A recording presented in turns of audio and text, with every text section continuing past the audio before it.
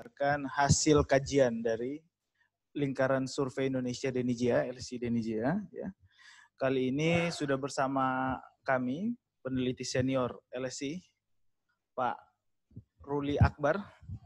Ya. Sebelumnya saya ingin mengucapkan selamat datang juga ke rekan-rekan peneliti, staf, rekan-rekan direksi ya. Di sini ada Pak Aji Alfarabi yang menyempatkan hadir. Dan terkhusus ke teman-teman media yang tiap minggunya selalu kita bertatap muka di sini, ya, tidak bosan-bosannya memberikan mudah-mudahan sebagai pencerahan ya kepada publik bahwa dari hasil kajian bahwa media, pemerintah, semua pihak terbuka atas ilmu pengetahuan, atas opini publik dan sebagainya yang coba kami selalu rilis hingga tiap minggu ini. Tentunya nawaitunya adalah tentang kemanusiaan ya, yang kita ingin semua kita mencapai di era pandemi ini. Kita tahu corona menjadi suatu bencana, tapi ada bencana lain ya, ketika ekonomi harus lumpuh dengan lockdown untuk menghindari corona. Kita tahu dengan harapannya hak kesehatan masyarakat bisa terjamin, tapi di satu sisi hak penghidupan juga ikut terpukul ya. Ekonomi yang tidak berputar ya, sedangkan ini sudah dirasakan banyak negara di Asia sudah mulai membuka dan Indonesia sudah juga mempersiapkan itu. Bahkan orang nomor 1 ya Pak Jokowi, kemudian aneka kepala daerah sudah juga mempersiapkan ya, sehingga era kehidupan yang baru ini bisa berjalan ke sana gitu ya. Walaupun memang tentu ada catatan dan tentu juga perlu pedoman ya. Maka di sini the new normal itu berkonsekuensi dengan the new strategi ya. Karena kalau kata Sun Tzu ya, selama kita punya strategi ya, strategi itu artinya apa? Kita tahu siapa musuh kita dan kita tahu siapa kita ya. Artinya kita merumuskan itu dan kita tahu lawan kita, maka 100 pertempuran pun kita tidak takut. Begitu juga dengan corona ini. Kita bulat melawan corona ya, kita hidup berdampingan tentu dengan protokol kesehatan yang kuat sehingga the new normal ini bisa dilaksanakan, aktivitas tetap berjalan ya. Tentu efeknya adalah ekonomi akan terus berputar sehingga kita menunggu hingga vaksin tiba ya. Tentunya tingkat terpapar tidak akan besar ya. Apalagi kalau kita lihat aneka data, ada indikator positif yang memperkuat selain indikator statistik tentang produksi rate RT COVID yang sudah makin menurun gitu ya, tingkat penyembuhan juga makin baik ya. Grafik kalau kita lihat dari moving average pergerakannya juga mulai terkontrol. Kita pikir kita harus bersiap untuk menyiapkan the new normal dan dengan strategi tentu harapannya tidak akan tercipta the new disaster ya. Jadi bencana lain misalnya karena kita tidak disiplin, kita tidak punya strategi dalam melawan itu. Baik, mungkin saya tidak berpanjang lebar. Di sini sudah ada Mas Ruli Akbar, mungkin akan memaparkan hasil kajian ya dan analisis LSI Denijia. Kepada Mas Ruli, saya persilakan. Pertama-tama, Assalamualaikum warahmatullahi wabarakatuh. Ya, terima kasih untuk kehadiran teman-teman semua di sini. Saya ucapkan terima kasih atas kehadiran rekan-rekan direksi, lalu juga teman-teman peneliti dan juga rekan-rekan media yang saya cintai. Kali ini Lingkaran Survei Indonesia setiap minggunya mulai merilis mengenai isu-isu publik sekarang terkait dengan coronavirus, yaitu COVID-19. Nah, kali ini di tajuk kali ini kita mencoba untuk mulai move on kalau bahasa kekiniannya.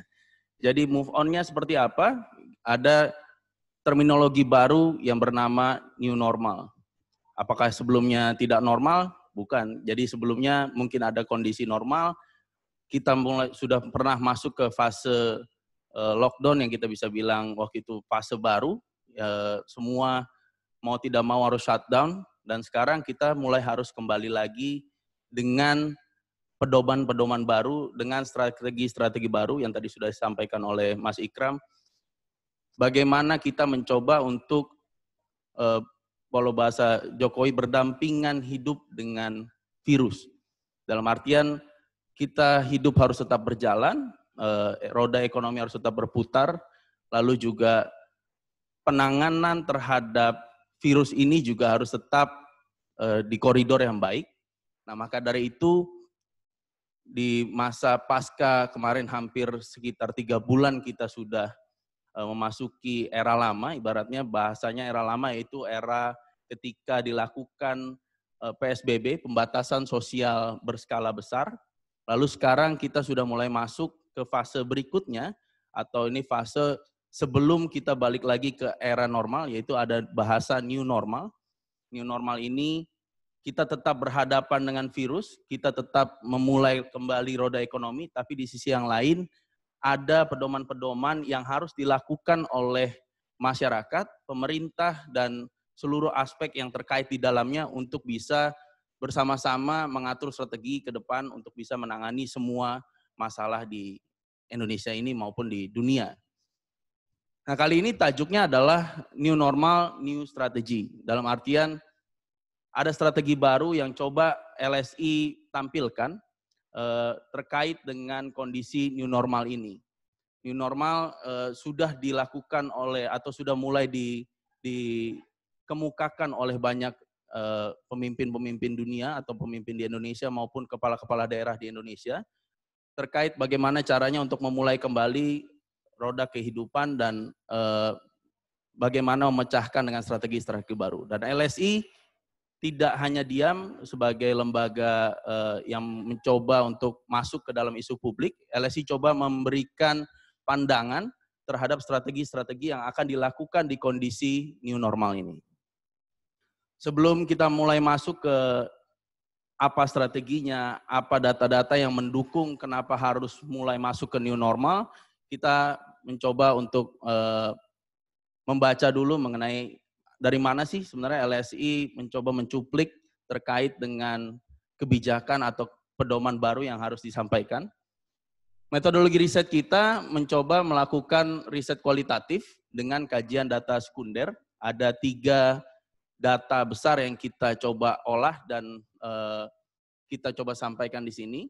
Pertama dari gugus tugas nasional COVID-19, dari data harian 38 wilayah PSBB, jadi ada 38 daerah yang melakukan pembatasan sosial berskala besar dari awal Maret sampai 2 Juni 2020, jadi per 3 hari kemarin. Lalu juga ada data di dunia, yaitu Worldometer, dan terakhir data dari World Health Organization. Nah, dari 3 data ini kita coba simpulkan kemana arah kebijakan Indonesia yang harus dilakukan. Ini yang coba LSI berikan untuk memberikan pedoman-pedoman baru atau strategi-strategi baru terkait dengan new normal ini. Seperti yang sudah disampaikan baik dari moderator maupun pembukaan saya di awal, era lama yaitu era lockdown atau kalau bahasa di Indonesianya sudah dijadikan PSBB, pembatasan sosial berskala besar, sudah mulai segera berakhir. Jadi fase 3 bulan di kebelakangan ini kita sudah mulai mencoba berdampingan hidup dengan virus maupun juga mencoba memutar kembali roda ekonomi. Jadi seperti banyak negara-negara di dunia termasuk negara tetangga di kawasan Asia, Indonesia sudah mulai mencoba mengakhiri era lockdown atau istilah di sini adalah PSBB. Jadi PSBB sudah mulai berakhir, Indonesia masuk ke era normal dengan strategi-strategi penanganan COVID dan penanganan ekonomi yang baru. Jadi ini isu awal kenapa kita mulai masuk ke era new normal. Ada 3 alasan yang mendasari kenapa harus ada berakhirnya era lockdown atau PSBB. bahasa di Indonesianya. Ada 3 yang coba kami rangkum berdasarkan dari media, dari data-data 3 data sekunder kita tadi. 3 alasan yang coba disimpulkan oleh LSI. Pertama adalah PSBB telah membuahkan hasil. Jadi kalau dari grafis-grafis data yang coba ditampilkan oleh 3 lembaga tadi, pertama, grafik data tambahan kasus harian COVID secara nasional sudah mulai menurun sejak awal minggu ke-4 Mei 2020. Jadi banyak daerah di Indonesia yang sudah mengakhiri masa PSBB semenjak di minggu ke-4 Mei terakhir, jadi di akhir bulan Mei terakhir. Lalu juga jumlah mereka yang sembuh atau sudah mulai recover setiap hari terus mengalami kenaikan. Ini menunjukkan bahwa imunitas sudah mulai kembali di masyarakat, lalu juga masyarakat sudah menemukan bagaimana cara berdampingan dengan virus ini. Mereka sudah menggunakan protokol-protokol kesehatan terbaru, misalkan yang paling minor adalah menggunakan masker, menggunakan hand sanitizer, mencuci tangan, sudah mulai misalnya dulu mau tidak mau kita ketemu dengan orang lain harus bersalaman, sekarang sudah punya gaya bersalaman yang baru dan hal-hal yang kita bisa bilang adalah kehidupan normal tapi sekarang sudah punya gaya barunya. Lalu ketiga, ada data di 38 wilayah di Indonesia yang melakukan PSBB. Nah, dari 38 daerah tersebut, tambahan kasus di daerah tersebut cenderung terkontrol. Atau bisa kita katakan dia sekarang masih di posisi stagnan atau di posisi menurun. Jadi ada juga sejumlah wilayah yang masih menunjukkan kasus kenaikan harian. Tapi secara garis besar, data-data yang nanti kita tampilkan, hampir mayoritas wilayah yang sudah pernah melakukan, dari 38 daerah yang melakukan PSBB, mayoritas sudah mengalami stagnansi atau penurunan dari titik puncak virus corona ini. Dari mana kita coba lihat data-data tersebut? Kita coba tampilkan data 38 beberapa sampel dari 38 wilayah tersebut.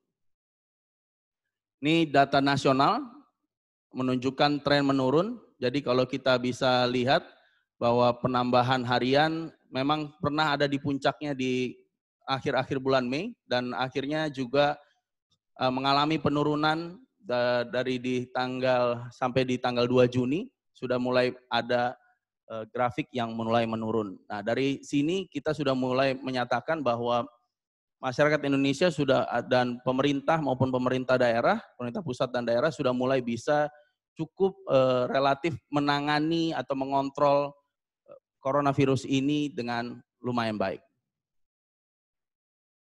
Ini data mengenai kasus sembuh yang terus meningkat, seperti tadi yang sudah disampaikan bahwa sudah punya formulasi tersendiri masyarakat Indonesia terkait dengan bagaimana menghadapi virus corona ini.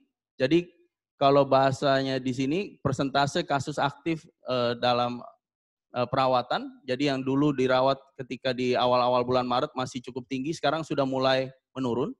Lalu juga persentase yang sembuh juga sudah mulai menaik drastis dari dulu di awal-awal Maret, di tanggal 6 Maret masih cukup rendah yang sembuh, sekarang sudah mulai 30%-an lebih.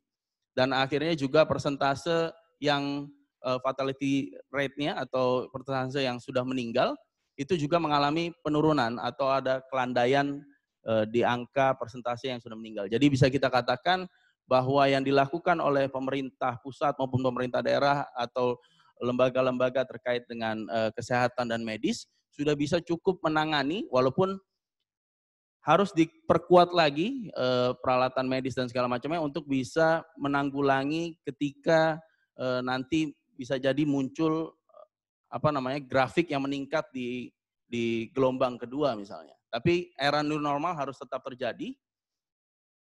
Nah, ini juga di ketiga, pasca PSBB, penyebaran virus relatif terkontrol. Ini contohnya yang melakukan PSBB adalah DKI dan Sumatera Barat, nanti juga berlanjut ke daerah-daerah lainnya.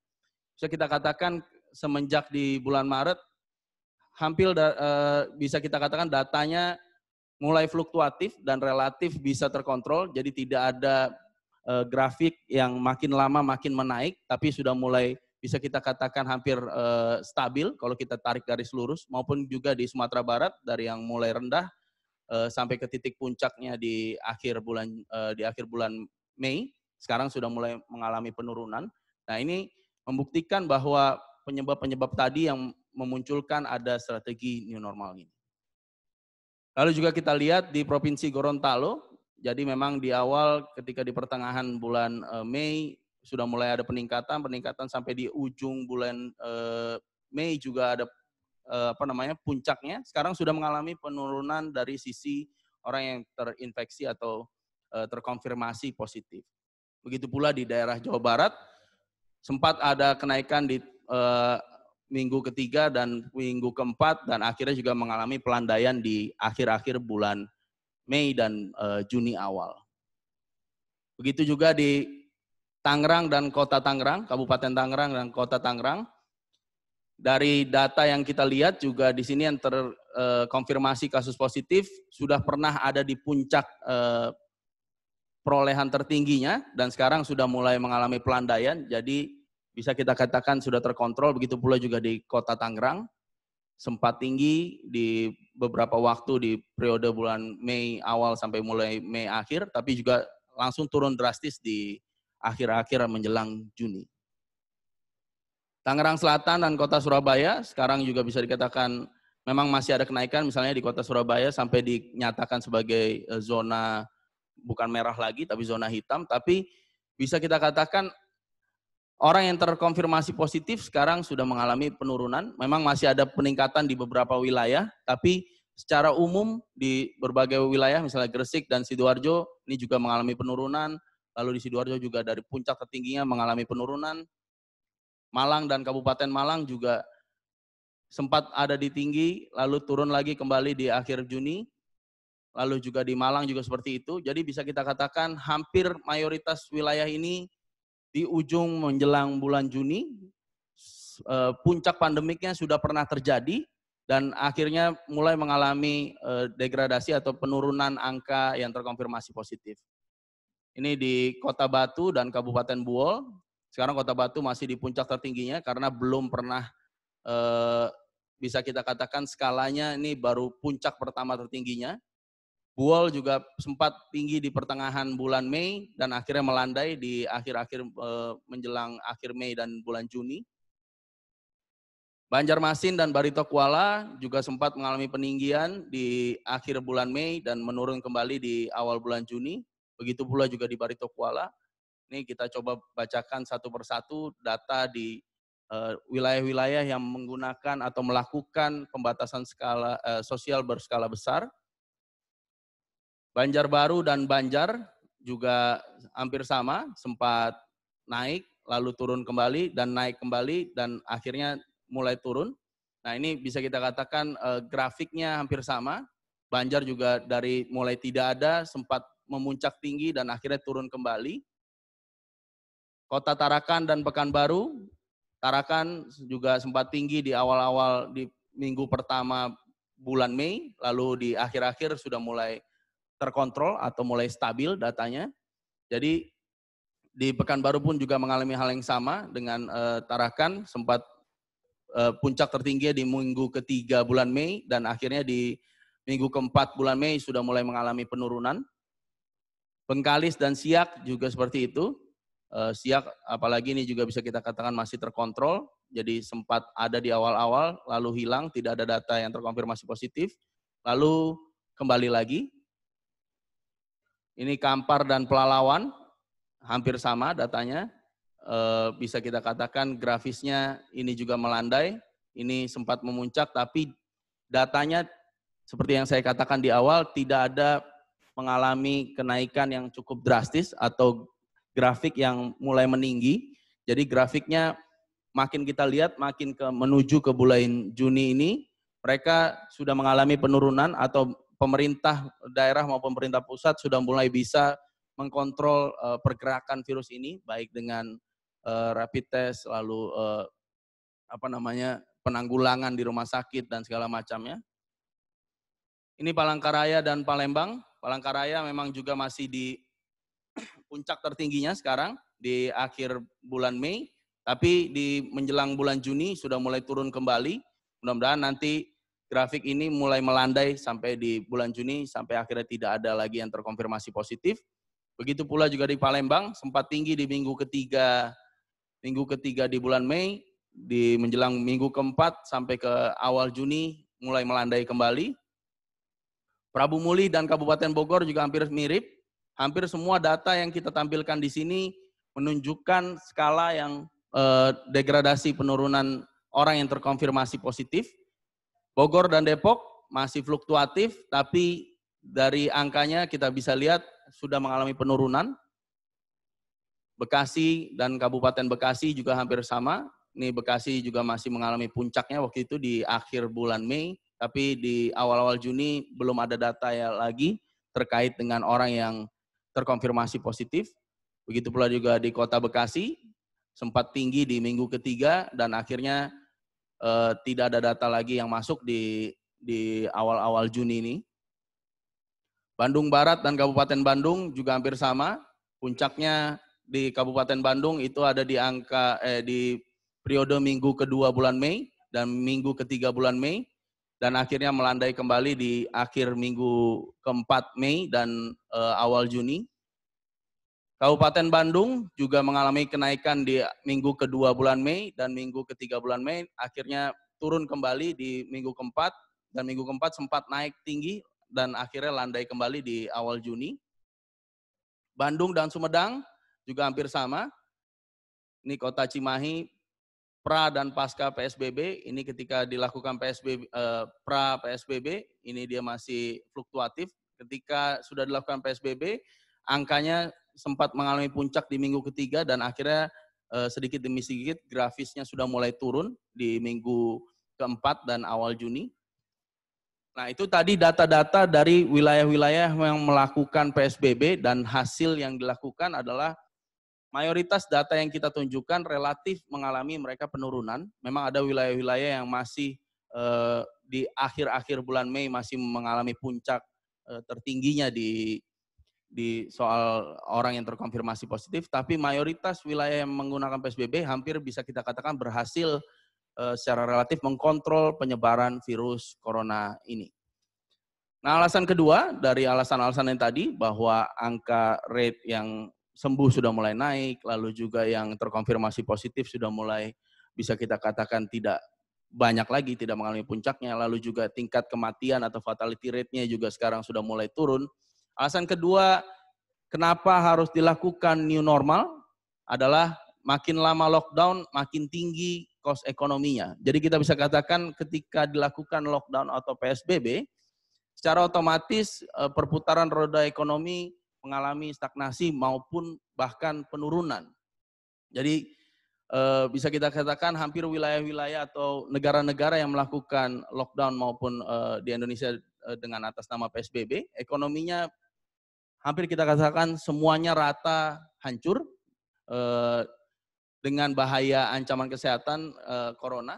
Nah, di sini kalau contoh gambaran kasar yang bisa kita katakan, di Kementerian Tenaga Kerja Indonesia menyebutkan ada data sekitar 2 juta orang korban PHK. Ini disampaikan langsung oleh Kementerian Tenaga Kerja bahwa ketika periode kemarin dilakukan PSBB, ada 2 juta orang yang menjadi korban PHK. Bahkan Kadin pun juga menyebutkan bahwa angka yang disebut rata-ratanya malah faktanya bisa mencapai 15 juta yang ter-PHK karena tidak menghitung UKM-UKM yang juga terpaksa tutup terkait dengan dilakukannya PSBB dan lockdown ini. Apindo bahkan lebih ekstrim lagi menyebut 30 juta orang terancam PHK akibat pandemi kemarin. Nah, ini data-data kenapa alasan kedua harus dilakukan new normal yang memperkuat data kita selain dengan data tren positif yang dilihat dari data gugus tugas dan data Worldometer dan data WHO. Lalu di sisi yang lain, secara ekonomi juga menghancurkan sisi ekonomi di berbagai pihak. Jadi ada range dari 2 juta sampai 30 juta yang terpapar virus ekonominya, bukan hanya virus coronanya. Jadi kehancuran virus ekonomi kadang juga melemahkan imun lebih parah daripada imun corona itu sendiri. Alasan ketiga, ini contoh kasus yang kita bisa katakan berhasil tanpa melakukan PSBB atau lockdown. Jadi selain 38 daerah yang tadi kita sebutkan yang menunjukkan grafis mayoritas mengalami penurunan atau bisa mengkontrol penyebaran virus corona, contoh kasus paling berhasil adalah Bali, salah satunya wilayah yang berhasil mengontrol penyebaran virus tanpa PSBB.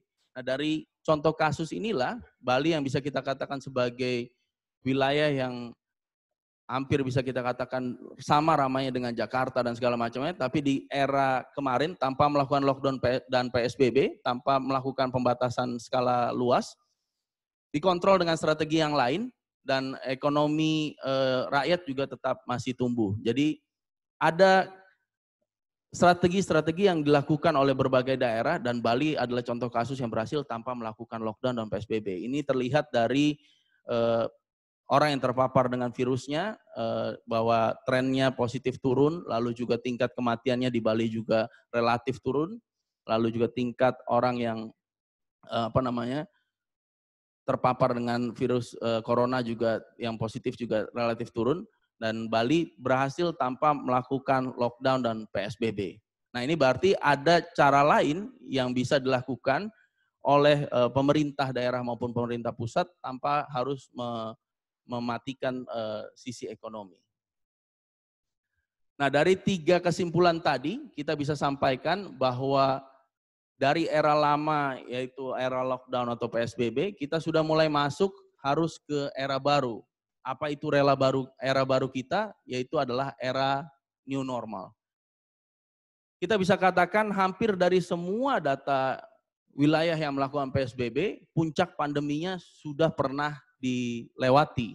Jadi banyak negara sekarang juga sudah mulai melonggarkan pembatasan sosialnya. Jadi dia sudah mulai kembali lagi menumbuhkan ekonomi dengan syarat-syarat atau ketentuan yang berlaku yang baru. Dan itu kenapa disebut new normal.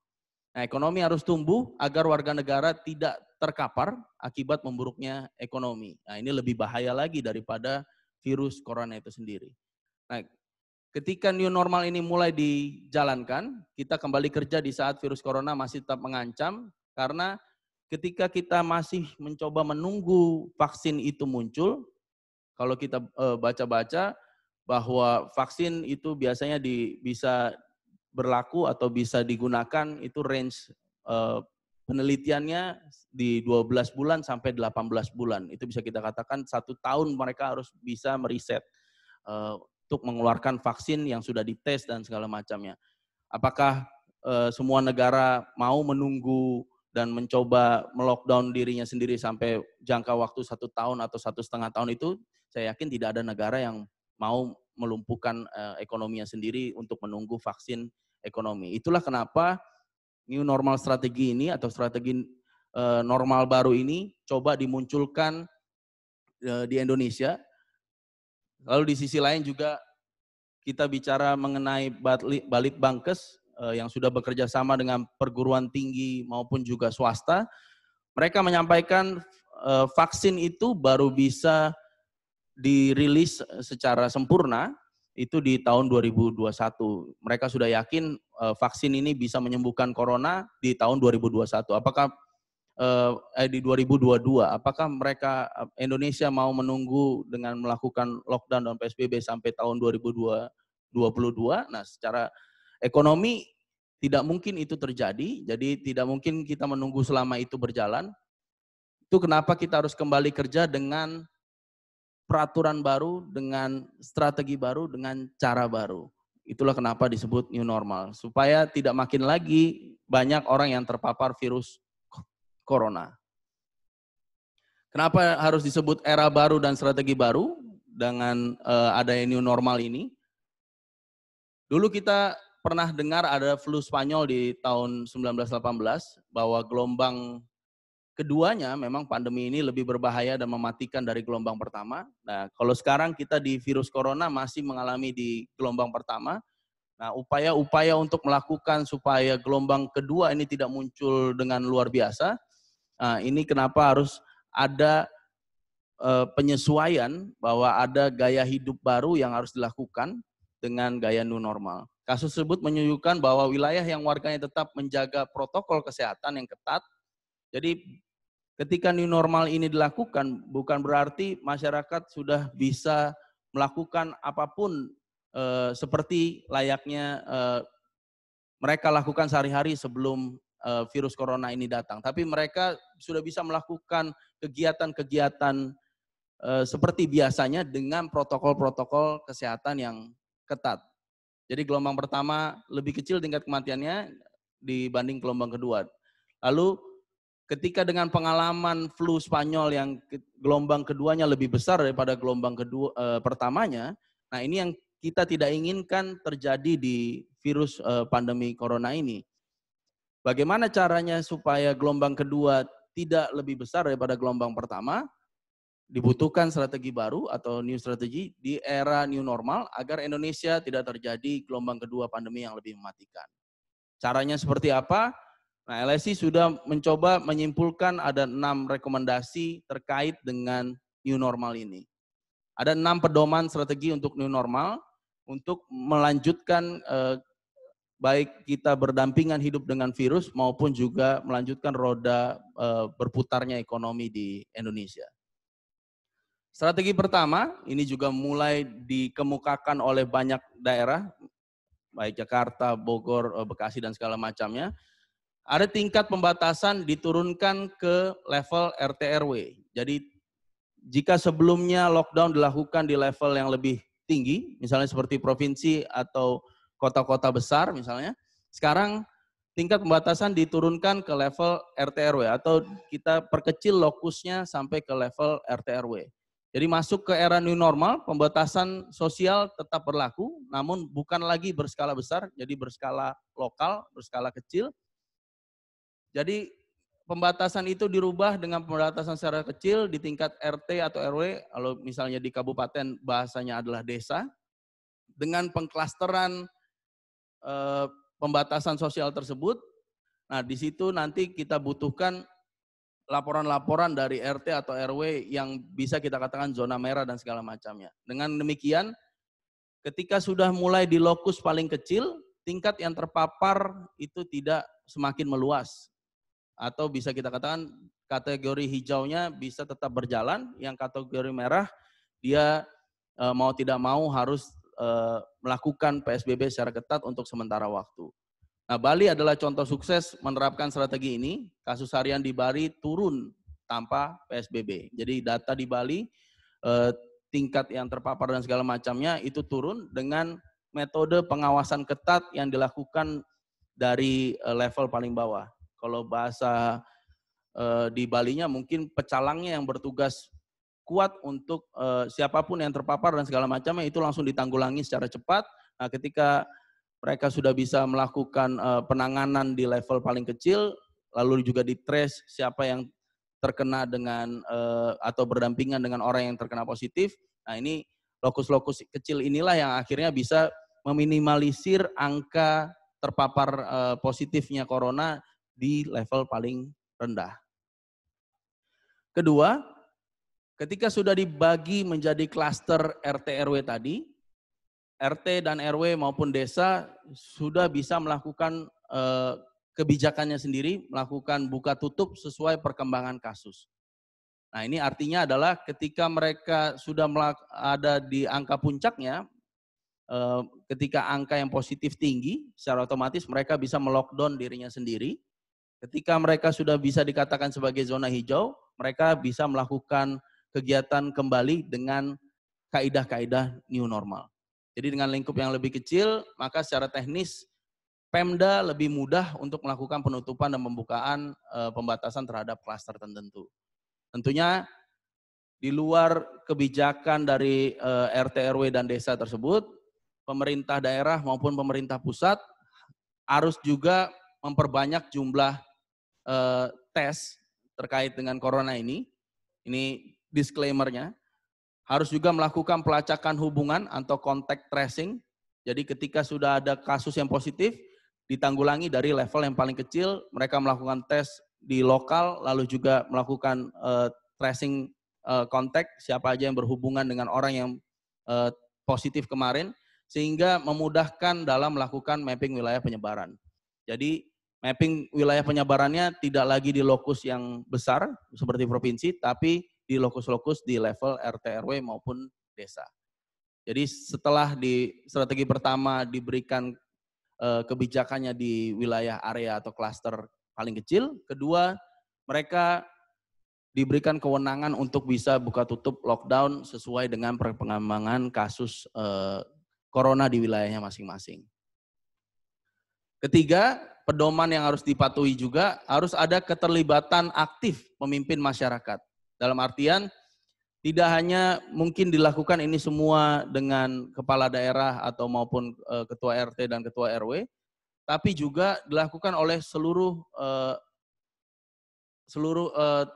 orang-orang yang mempunyai peranan penting di wilayahnya masing-masing. Misalnya ulama atau pendeta di tempat ibadah, bahwa ketika ulama atau pendeta sudah mulai bisa menyampaikan bahwa ada gaya baru, ada pedoman baru ketika harus sholat. Misalnya hari ini, misalnya sholat Jumat dilakukan dengan jarak 1 meter antar satu dengan yang lain, menggunakan sajadah masing-masing, menggunakan bungkus untuk sendalnya masing-masing supaya tidak menghindari kerumunan. Nah ini upaya-upaya yang dilakukan tidak hanya dari level pemimpin daerah, tapi juga di pemimpin di level paling kecil, yaitu pemimpin masyarakat. Lalu kedua, pengusaha di mal, toko atau restoran, misalnya kita lihat di berbagai media sekarang banyak restoran yang melakukan kebijakan-kebijakan baru, misalnya dengan melakukan ada tidak boleh duduk secara berdampingan, harus ada jarak antar satu kursi dengan kursi yang lain. Lalu mungkin tadinya kursinya padat, sekarang sudah mulai ada jarak antar meja dengan meja yang lain. Nah, seperti itu. Lalu juga sekolah maupun rektor di lembaga pendidikan juga mulai seperti itu, sudah melakukan, harus ada kerjasama terkait dengan penanganan COVID ini. Lalu direktur di tempat kerja, tokoh adat di komunitas adatnya, pemimpin organisasi kemasyarakatan dan kemudaan, pemimpin organisasi buruh, pedagang, dan petani, ini saling bahu-membahu, karena jangan sampai kebijakan ini hanya muncul di kepala-kepala atau pemimpin daerah atau pemimpin RT RW-nya, tapi dirusak kembali oleh oknum-oknum atau bisa kita katakan pemimpin-pemimpin masyarakat yang tidak berusaha untuk menggunakan strategi new normal ini untuk sama-sama bahu-membahu menghilangkan virus corona di wilayahnya masing-masing. Ini strategi ketiga, ada keterlibatan aktif dari pemimpin masyarakat. Ini syarat yang ketiga yang harus dilakukan ketika ingin melakukan new normal. Strategi keempat, mereka yang rentan lebih dilindungi. Jadi kalau kita baca lagi umur rata-rata yang fatality rate yang paling tinggi berdasarkan data dari gugus tugas nasional COVID-19, di atas 80% yang meninggal atas COVID-19 berada di usia 45 tahun ke atas. Nah ini berarti umur atau usia yang bisa kita katakan paling rentan terserang paling pertama dalam kasus corona ini. Nah, selain dari usia, ada juga penyakit bawaan yang juga menjadi kontribusi terhadap angka kematian corona ini. Jadi tidak hanya terkena virus corona, ketika mereka terpapar virus corona, ada penyakit bawaan juga yang memperkuat atau mempercepat kematian mereka. Nah, orang-orang yang mempunyai penyakit seperti hipertensi, diabetes mellitus, penyakit jantung, penyakit ginjal, dan penyakit paru kronis, ini secara data adalah penyakit bawaan yang memang dianggap paling rentan memicu kematian secara lebih cepat ketika mereka terpapar virus corona. Nah, dari dua data dari gugus tugas nasional ini, dari orang yang 80% di atas 45 tahun, lalu juga yang mempunyai penyakit bawaan. Nah, mereka yang mempunyai disclaimer ini, mereka mempunyai di usia di atas 45 tahun dan mempunyai 5 penyakit penyerta ini, harus lebih diutamakan dan dilindungi atau perlakuan khusus baik di tempat kerja maupun di rumah. Jadi orang-orang yang sudah berumur di atas 45 tahun, orang-orang yang mempunyai penyakit bawaan dengan 5 penyakit bawaan tadi, otomatis harus ada protokol tersendiri yang harus digunakan ketika mereka sudah mulai mau kembali mengikuti new normal ini. Jadi misalkan ada beberapa anjuran, misalnya orang yang sudah berumur di atas 45 tahun, mereka tetap melakukan secara WFH, misalnya work from home, atau maupun kunjungan mereka tidak begitu sering di kantor dan segala macamnya. Nah, ini upaya-upaya untuk mengurangi atau bagaimana caranya kita bisa berdampingan dengan new normal ini. Nah, ini data-data yang rentan di Indonesia. Tadi seperti saya sampaikan bahwa mereka yang berumur di atas 40 sampai di atas 45 tahun rata-rata 83,8% mereka yang meninggal akibat COVID berusia di 45 tahun ke atas. Nah, ini kenapa kita sampaikan bahwa harus ada perlakuan khusus terkait dengan orang-orang dengan umur ini.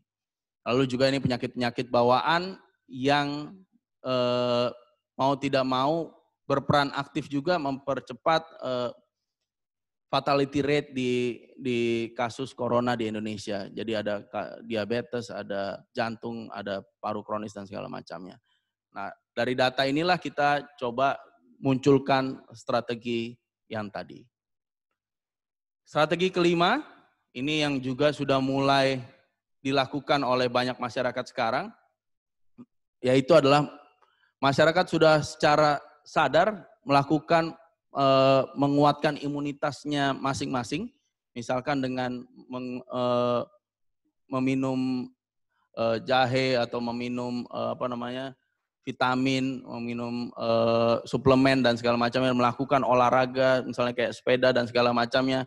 Selama vaksin belum ditemukan, cara yang paling efektif yang harus dilakukan oleh setiap manusia atau setiap warga di Indonesia adalah meningkatkan imunitas masing-masing mereka. Itulah cara atau salah satu strategi di era new normal ini. Mau tidak mau, sebelum ada vaksin yang bisa kita terima untuk bisa ketika kita terinfeksi, mau tidak mau harus menggunakan vaksin, vaksinnya belum ditemukan, cara paling awal untuk preventif ini adalah memperkuat imunitas dengan mengkonsumsi suplemen, vitamin, olahraga, makanan yang bergizi, dan lain-lain. Ini strategi kelima, dan terakhir adalah strategi keenam, perkuat dan lengkapi peralatan medis. Ketika data-data tadi, strategi-strategi 1 sampai ke 5 sudah dilakukan, alangkah baiknya juga ditunjang dengan penguatan atau perlengkapan medis yang lengkap. Jadi ketika ada kasus sudah bisa ditanggulangi dengan baik oleh tim medis di Indonesia. Jadi fasilitas medis dan perlengkapan medis untuk mendukung penanganan COVID juga tetap ditingkatkan di daerah-daerah. Jadi tidak boleh luput juga. Mulai dari fasilitas rumah sakit misalnya ICU, ventilator, laboratorium, alat tes, APD dan lainnya. Jadi mau tidak mau rumah sakit sekarang harus terbiasa petugas medisnya menggunakan APD yang lengkap dan segala macamnya, karena mau tidak mau mereka juga korban paling rentan untuk bisa terpapar virus corona ini. Strategi ini untuk memastikan bahwa jika terdapat tambahan kasus di suatu daerah, fasilitas kesehatannya mampu dan mumpuni untuk menangani pasien dan melakukan perawatan. Nah, itu tadi 6 strategi dan 3 alasan. Pertama, ada 3 alasan kenapa kita harus melakukan new normal. Lalu ketika kita ingin melakukan new normal, harus ada 6 pedoman strategi yang harus dilakukan atau menjadi himbauan untuk pemerintah maupun masyarakat secara umum untuk bisa kembali kita melakukan aktivitas seperti biasanya, tapi dengan bahasa baru yaitu new normal. Jadi melakukan aktivitas secara normal dengan kondisi atau syarat dan ketentuan yang berlaku. Itu saja mungkin yang bisa saya sampaikan terkait dengan hasil olahan data kita terkait dengan COVID-19 ini. Ini kesimpulan dan rekomendasi yang kita coba summary-kan. Era lockdown PSBB di Indonesia segera berakhir. Indonesia masuk ke step baru yaitu new normal yang lebih menjamin keseimbangan baik keseimbangan kesehatan masyarakat maupun ekonomi masyarakat dan negara supaya terhindar dari virus corona dan mulai kembali menyehatkan ekonomi yang sudah kemarin hancur di era PSBB. Nah, PSBB sudah mulai digantikan dengan pembatasan sosial di level paling bawah atau RT RW. Jadi ketika kemarin masih berskala besar, sekarang kita coba di skup yang paling kecil. Selain mereka melakukan pembatasan sosial di paling bawah, ada 6 strategi atau pedoman baru di era new normal yang harus menjadi patokan terkini. Jadi ketika new normal ini dilaksanakan, bukan berarti normal seperti biasanya, tapi harus ada pedoman-pedoman yang menjadi behavior baru oleh masyarakat ke depan. Jadi kita tidak mau ada seperti contoh kasus di virus Spanyol kemarin dulu di 1918, ada gelombang kedua yang lebih parah daripada gelombang pertamanya. Nah, dengan strategi new normal ini, dengan syarat dan ketentuan yang berlaku tadi, gelombang kedua kita harapkan tidak separah daripada gelombang pertama. Bisa jadi atau lebih baik lagi tidak ada lagi gelombang kedua. Itu saja mungkin yang bisa saya sampaikan, kesimpulan dan rekomendasi terkait dengan temuan hasil riset kita, riset dari data-data yang bisa kita lihat dari 3 sumber tadi. Ini lifetime achievement untuk Pak Denny sendiri, baik di survei dan konsultan politik. Lalu juga Pak Denny juga termasuk orang yang berpengaruh di majalah Time, dan ini Guinness Book of Record yang kita juga pernah hadirkan atau pernah kita dapatkan ketika pendidikan politik di dunia. Nah, itu saja mungkin yang bisa saya sampaikan. Waktu dan tempatnya saya kembalikan lagi ke moderator. Iya, terima kasih Mas Ruli.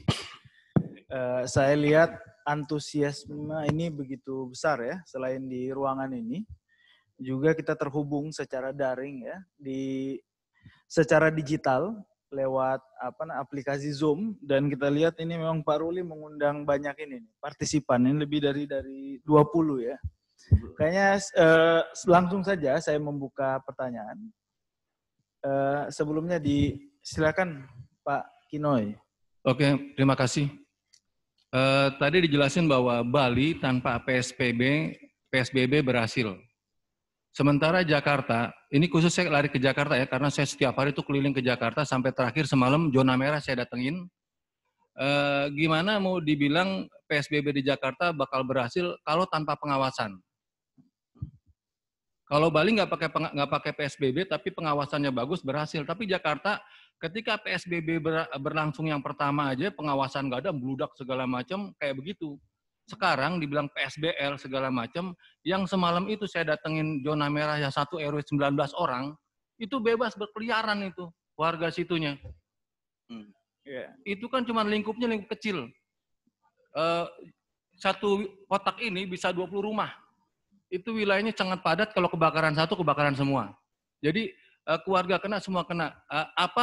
LSI ngeliat kayak apa Jakarta kalau udah pakai PSBB-nya dilonggarin, pakai PSBL, ke depan ini bakal berhasil nggak pengurangan jumlah COVID? Itu satu. Kedua, sekarang ini ada 3 partai yang udah mulai rebutan soal istilah. Golkar bilang bahwa ini adalah istilah milik Erlangga Hartarto. Kemudian dari PDI ini adalah pemerintah pusat yang bilang, tapi dari Gerindra udahlah jangan banyak masalah. Sekarang jangan ngomongin istilah, tapi kita bicara penanganan. LSI Mandang seperti apa? Kalau gara-gara istilah ini warga jadi bingung, coba kasih solusi. Terima kasih.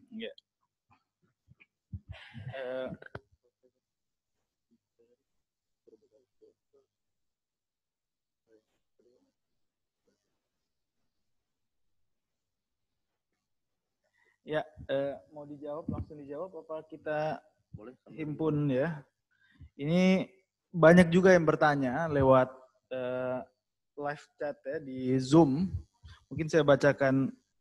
Tadi Pak Kinoy satu penanya tapi pertanyaannya 3 ya. Nanti mungkin ini saya bacakan dulu satu penanya. Ini dari Pak Budi Kuncoro ya. Sampai dengan saat ini protokol kesehatan belum merata di seluruh sektor. Ya.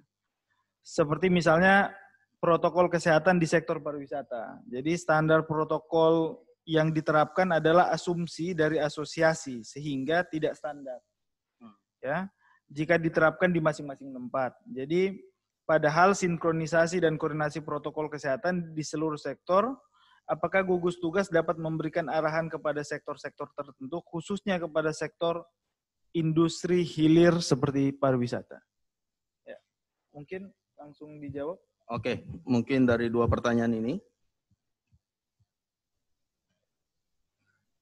Pertama dari Bang Kinoy terkait dengan Bali tanpa PSBB walaupun dengan pengawasan ketat sudah berhasil menurunkan tingkat terpapar positif.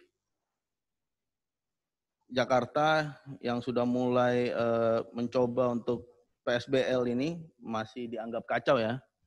Nah, jadi kalau kita lihat tadi Bang Kinoy bahwa Jakarta sendiri sebenarnya juga sudah mengalami penurunan. Kalau kita lihat grafik dari gugus tugas yang sekarang. Jadi bisa kita katakan bahwa upaya memang sudah dilakukan, walaupun memang tidak semuanya kita katakan baik, tapi sama-sama kita coba endorse bagaimana melakukan new normal dengan strategi-strategi baru. Jadi bisa jadi ketentuan-ketentuan yang kita coba sampaikan tadi, ketika ini sudah menjadi kebijakan pemerintah pusat maupun pemerintah daerah, mau tidak mau, pengawasannya juga harus diperketat. Nah, ketika sudah dilakukan pengawasan yang ketat, new normal itu bisa terjadi. Jadi bisa kita katakan new normal bisa efektif ketika pedoman-pedoman yang kita coba sampaikan tadi diawasi atau dikontrol dengan baik oleh pemerintah daerah maupun pemerintah pusat. Lalu kedua mengenai istilah ya, tadi ya istilah berebutan istilah, itu konteksnya gimana Bang Gino ya? Tadi masih belum paham. Jadi pertama Gembong dari PDP DPRD DKI bilang bahwa sebenarnya Anies kalau mau jujur tinggal ngakuin aja bahwa itu program sama program pemerintah pusat, kelonggaran untuk relaksasi PSBB. Kenapa harus diganti-ganti? Apa cuman gara-gara nggak mau sama dengan pemerintah pusat? Itu. Sementara dari Golkar juga bilang bahwa ini kan programnya dari Erlangga Hartarto, ekonomi segala macam, 50% segala macam. Nah, topik KPU Gerindra DKI udahlah nggak usah mikirin istilah. Sekarang jalan aja gitu. Ya, memang terkait dengan istilah mungkin bisa kita katakan banyak pihak yang sekarang saling berebut juga konteks terkait dengan penanganan COVID-19 ini ya, bahwa mereka saling berebut juga untuk menjadi yang terbaik untuk bisa menangani coronavirus ini. Jadi masalah terminologi nama dan segala macamnya kami yakinkan bahwa itu bukan menjadi masalah yang penting sebenarnya.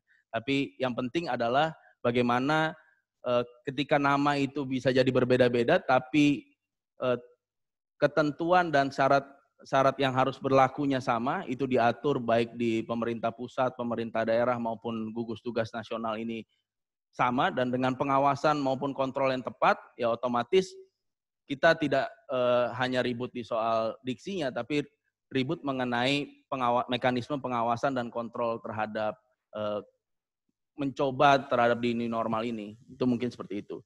Jadi kalau kita ingin lihat mengenai kualitas pengawasan dari setiap daerah, jadi misalnya kayak tadi Bali berhasil dan segala macamnya, Jakarta kalau dilihat secara fisik misalnya masih banyak orang yang berkumpul, berkerumun dan segala macamnya mulai kembali lagi dengan kaidah-kaidah yang mungkin belum benar.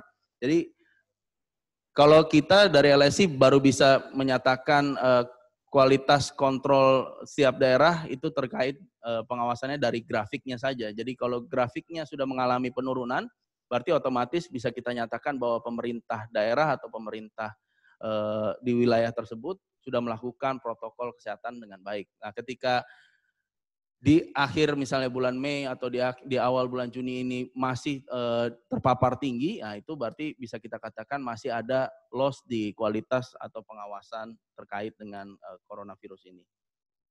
Jadi sebenarnya juga ini bukan hanya tugas atau saling menyalahkan misalnya antara pemerintah daerah maupun pemerintah pusat, tapi ini harus menjadi tugas bersama, jadi kolaborasi banyak faktor. Kalau di pedoman strategi tadi bukan hanya pemimpin daerah, pemimpin pusat, tapi juga pemimpin masyarakat juga harus bertugas untuk sama-sama melaksanakan new normal ini dengan kaidah-kaidah yang ditentukan. Lalu pertanyaan kedua dari Mas Budi Kuncoro, jadi mengenai protokol kesehatan khususnya di sektor pariwisata. Jadi kalau untuk protokol kesehatan terkait dengan unit-unit atau segmen-segmen tersendiri, ini sebenarnya kita harus kembalikan lagi ke negara sebenarnya, bahwa kita sebagai lembaga publik berhak juga untuk menyampaikan rekomendasi. Lalu juga nanti pemerintah saya yakin juga menghimpun banyak informasi maupun rekomendasi dari banyak pihak, bisa jadi dari swasta, bisa jadi dari perguruan tinggi dan segala macamnya. Dan ketika sudah disimpulkan rekomendasi tersebut, nanti mereka akan menjadikan itu sebagai sebuah kebijakan. Nah, apakah kebijakan itu akan berlangsung efektif atau tidak? Nah, itu kembali lagi di faktor controlling dan pengawasan dari tiap-tiap daerah tersebut. Nah, disinilah tugas kita sama-sama saling kontrol, baik di teman-teman media maupun di lembaga publik seperti kita ini, untuk bisa sama-sama menjalani hidup new normal ini dengan baik kembali. Ya, saya pikir itu Bang Kinoy, ini memang karena ada beberapa pertanyaan, kita pilih aja untuk sesi terakhir ya. Saya himpun sekaligus, mungkin nanti bisa dijawab. Ini lebihnya ada 2 pertanyaan dan 1 pernyataan ini ya. Saya mulai dari pernyataan ini. Ini ada yang bertanya, kalau dia mengapresiasi kalau LSI seperti didengar gitu ya oleh pengambil keputusan, karena banyak riset-riset LSI berujungnya menjadi kebijakannya gimana? Mungkin terkait prediksi ya, misalnya kayak waktu itu bulan Juni ada analisa bahwa akan dibuka, kemudian pada akhirnya berkesesuaian ya dengan kenyataan. Atau juga yang sebelumnya kita rilis tanggal 5 Juni, setelah itu juga ada pernyataan dari pemerintah misalnya kayak BUMN bahwa 5 Juni ada beberapa sektor dibuka. Bahkan yang terakhir ketika analisa kita yang juga selaras dengan yang barusan, mungkin itu yang terkait PSBL ya. Sebelumnya kita sempat dikatakan bahwa lokus jadi beranda depan penanganan COVID harus di lokus terkecil, dalam hal ini RT. Hari ini juga mulai dielaborasi kajian tentang PSBL dan sebagainya. Itu pertama pernyataan ya. Kedua, ada pertanyaan dari Iwan Dawantama ini. Ada persoalan validitas data pemerintah ya tentang gugus tugas yang menjadi dasar riset. Sehingga pertanyaannya adalah sejauh mana validitas hasil risetnya. Jadi tentang validitas yang selanjutnya ini dari Budi Kuncoro tentang apakah, oh iya ya, sudah tadi ya, kita yang lain ya. Tadi tentang validitas oleh Pak Dewantama ya. Kemudian pandemik itu terjadi karena kerusakan parah lingkungan hidup. Lalu jika laju kerusakan lingkungan tidak diturunkan, maka pandemi berikutnya akan datang. Ini mungkin lebih pertanyaan ya. Ini dengan Pak Iwan. Kemudian ini Riz ya. Bagaimana menurut LSI terkait dilaksanakan Pilkada Serentak 2020 yang akan dilaksanakan 9 Desember di tengah pandemi yang tak menentu? Mungkin itu pertanyaan ya yang terakhir yang bisa dijawab oleh Mas Roy. Silakan. Oke, terkait dengan pertama misalnya dari Mas Iwan Dewantama ya, validitas data dan segala macamnya, bahwa data yang kita gunakan ya memang data yang kita olah dari gugus tugas. Jadi bisa kita katakan terlepas dari berapa orang yang terkonfirmasi positif, berapa orang yang dites, berapa orang dan segala macam itu kita kembalikan ke gugus tugas, karena itu satu-satunya data yang kita bisa pegang di nasional ya. Data referensi nasional yang bisa kita pegang ya dari data gugus tugas. Kita di sini hanya berusaha menyimpulkan dan memberikan rekomendasi berdasarkan rekapitulasi secara kualitatif terkait dengan data-data tersebut. Jadi kalau ingin menanyakan validitas data dari LSI, ya kita menggunakan data-data di tingkat nasional. Jadi kembali lagi ke data gugus tugas nasional seperti itu. Lalu kedua mengenai LSI seperti dengar dan segala macamnya, saya rasa kajian yang dilakukan LSI, saya rasa juga mungkin sudah juga banyak dibicarakan oleh masyarakat maupun pengambil kebijakan. Jadi rekomendasi ini mungkin terlihat langsung dilaksanakan dan segala macam, tapi LSI juga sama-sama juga menjadi endorser kebijakan tersebut. Jadi dari data yang kita simpulkan, kita sama-sama bertugas sebagai lembaga yang terkait dengan kebijakan publik, bertugas sama halnya dengan perguruan tinggi nasional, lalu pihak swasta, lalu juga pihak yang terkait dengan ekonomi dan segala macamnya, sama-sama memberikan solusi terbaik mengenai penanganan COVID ini. Jadi itu mungkin yang menjadi terlihat seperti seolah-olah LSI didengar oleh pemerintah, tapi sebenarnya juga LSI juga berusaha menyimpulkan secara kualitatif apa yang menjadi perbincangan di level elit dan segala macamnya. Lalu ketiga, mengenai pilkada yang dilakukan Desember 2020 terkait dengan corona ini bagaimana? Ya saya rasa itu kembali lagi ke pihak-pihak yang terkait dengan pilkada. Jadi ada Kemendagri, ada KPU, lalu juga ada DPR. Ini juga semua sudah dibahas di level nasional. Kebijakannya sudah turun dan segala macam. Saya rasa juga sudah memperhatikan banyak hal. Kita berusaha mencoba yang terbaik saja. Jadi LSI tidak punya wewenang untuk berusaha mengatur apakah pilkada ini harus di tahun ini atau maupun di tahun depan. Lalu keempat mengenai pandemik ini equal dengan kerusakan lingkungan hidup. Ya ini saya rasa juga hampir banyak yang menyatakan hal seperti ini juga, bahwa ya seperti kita kemarin di masa era lockdown, ya mau tidak mau kita harus kembali lagi menjadi manusia seutuhnya dengan hidup, dengan subsisten dengan dirinya sendiri dan segala macamnya, bahwa kerusakan lingkungan mau tidak mau salah satu faktor gitu kan. Kita tidak bisa denial dengan faktor-faktor lain, misalnya ada tingkah laku manusia dan lain-lainnya yang terkait dengan penanganan virus ini. Ya ini ada banyak faktor di luar lingkungan hidup saja seperti itu. Itu mungkin jawaban yang bisa saya sampaikan, Mas Ikram. Ya, baik, saya pikir berikut ya rilis yang kita sampaikan atas kajian ya. Kemudian sudah dielaborasi lewat pertanyaan. Bagi kawan-kawan yang masih ingin bertanya, mungkin setelah ini akan ada sesi khusus ya yang bisa mengelaborasi langsung dengan narasumber. Jadi saya akhiri, terima kasih atas kesempatan yang baik, yang berharga ini. Kemudian ke teman-teman wartawan, teman-teman peneliti, direksi LSI Denizia. Jadi kami mengucapkan terima kasih. Akhirul kalam, assalamualaikum warahmatullahi wabarakatuh.